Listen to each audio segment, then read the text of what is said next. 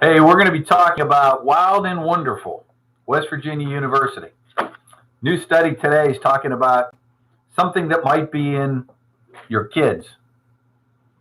So if your children, ironically, are, let's say, 15, 16, or 17, and we look back in time as you raised them, could there be something that was we thought to be completely harmless that may be having a toll on your kids as far as tooth decay? Now, the government would tell you that adding fluoride to the water was something that protected you. And I'm sure most of you, if you study natural medicine at all, understands where the whole concept of fluoride came from. During World War I and World War II, it was a byproduct of some of the metals that were being produced for guns and ammunition. And instead of using it as a waste product, we decided and did a little bit of research and said if we added it to our water and the water, that it would somehow protect you against dental caries. That was fine. And back in the days, and I've said this again in the 80s and 90s, one of the most popular prescription medications I had in my pharmacies were called Fluoride Lozitabs. They were little fluoride pellets that you would get a prescription for your kids the minute they cut their teeth, and they would suck on these things until they were about 12.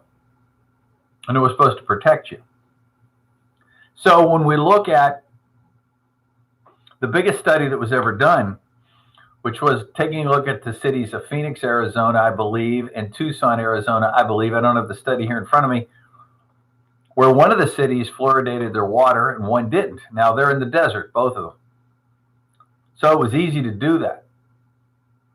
So if we understood that one city did it and one city didn't, wouldn't it be cool to follow about a 10-year study to see, if we could, which city had more tooth decay?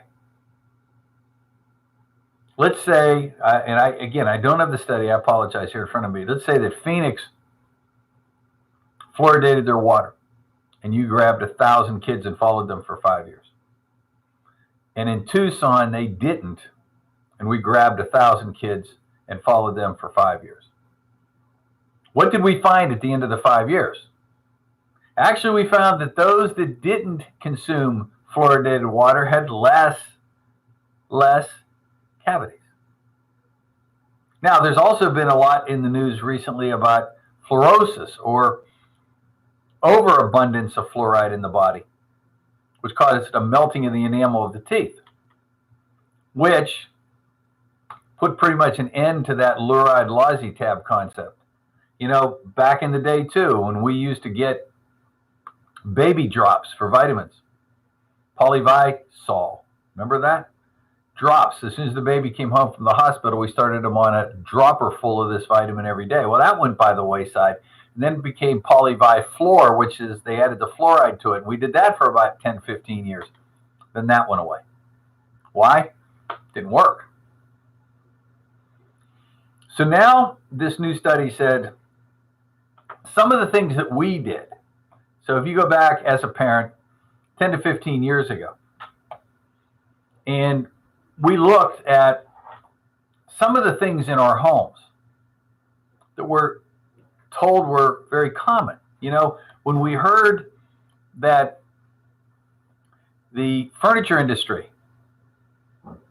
if you've been around for a while and you go back 10, 15 years, you know that there was that one part where they're saying we found that if we put this retardant and sprayed our furniture with it, it would stop it from ever igniting or causing a fire. It's a fire retardant. And the concept seemed pretty good. You know, just per chance in your home, there's a fire retardant on our furniture. We don't have to worry about it catching on fire. Okay, that's cool. And then we looked at some of the cookware that we used. And we said, you know, that non-stick stuff was a pretty cool idea when we came out with Teflon. And again, we said it worked really well. But as we cooked foods, as we did some things, we find that we were absorbing stuff. So I'm going to go through a whole list of where these things called, with the abbreviation, y'all, PFASs exist. And then at the end, I'm going to tell you that if you have a child who's having a lot of cavities, we may want to do some workups to find out whether or not this is present in their bodies. Children with higher concentrations of a certain chemical in their blood are more likely to get cavities, according to a new study by West Virginia School of Dentistry. Manufactured chemical groups called perfluoroalkyl and polyfluoroalkyl are substances are universal, as well as extensive manufacturing and use. Although the manufacturers now today no longer use these to make non-stick cookware, carpet, cardboard, and other products, they persist in the environment. Scientists have linked them to a range of health problems, from heart disease to high cholesterol. But now Dr. Weiner and Dr. Christopher Waters are exploring how they affect dental health. They investigated whether higher concentrations of PFAS are associated with a greater tooth decay in children. One of them, perfluorodecanoic acid, was linked to dental cavities. Their findings appear in the Journal of the Public Health Dentistry. I'm not going to bore you with some of this. It says, due to the strong chemical bonds, it's difficult for them to break down, which makes them more likely to be persistent within the environment. Where do you get them? In our drinking water. I've mentioned this, if you've followed me at all, I'm a very, very, very, very, very big purist as far as my water in my home. And I put on an ionic exchange water filtration system in my house because I don't want these things. I don't want the chlorine in my water. I don't want certain things that can pass through in well water or in just our standard water supply. Majority of people may not be aware that they're using this water and the other products that contain PFAS. The 629 children who participated in the study were 3 to 11 years old, part of the National Health and Nutrition Examination Survey. That's the NHANES. Samples of the children's blood were analyzed in 2013 and 14. Their tooth decay and other factors such as their race, their body mass index, how often they brushed their teeth were assessed. Of the 7 PFASs that Weiner and Water analyzed, perfluorodecanoic acid was the one correlated with higher levels of tooth decay. This perfluorodecanoic acid in particular has a long molecular structure, strong chemical bonds, therefore it remains in the environment longer. But how does this influence happen?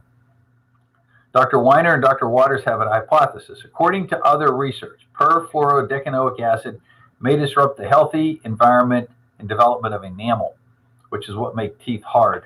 That disruption can leave teeth susceptible to decay. However, when it comes to cavities, scientists haven't parsed perfluorodecanoic acid's mechanism of action yet. It's under further investigation.